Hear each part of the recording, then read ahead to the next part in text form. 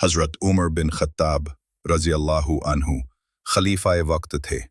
ایک رات گشت نریکشن کے دوران ایک مکان سے بچوں کے رونے کی آواز سنی۔ قریب گئے تو دیکھا کہ ایک عورت چولہے پر خالی ہانڈی رکھے بیٹھی ہے اور بچے بھوک سے بلک رہے ہیں۔ حضرت عمر رضی اللہ عنہ نے پوچھا، بہن یہ بچے کیوں رو رہے ہیں؟ عورت نے جواب دیا، یہ بھوکے ہیں، میں نے انہیں بہلانے کے لیے خالی ہانڈی چولہے پر رکھ دی ہے تاکہ انہیں لگے کہ کچھ پک رہا ہے۔ حضرت عمر رضی اللہ عنہ کا دل گہرے دکھ سے بھر گیا، آنکھوں سے آنسو بہنے لگے۔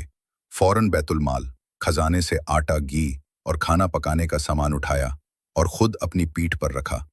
ساتھی نے کہا، امیر المومنین مجھے دے دیجئے، میں اٹھا لیتا ہوں۔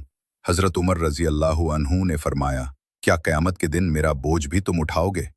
وہ سامان خود لے جا کر اس عورت کے گھر پہنچے، کھانا پکایا اور جب تک بچے پیٹ بھر کر کھا کر ہنسنے نہیں لگے تب تک وہاں سے نہیں ہٹے۔ یہ تھی اسلام کی اصلی رہنمائی اور حاکم کا اصلی چہرہ، انصاف، رحم اور ذمہ داری کا نمونہ۔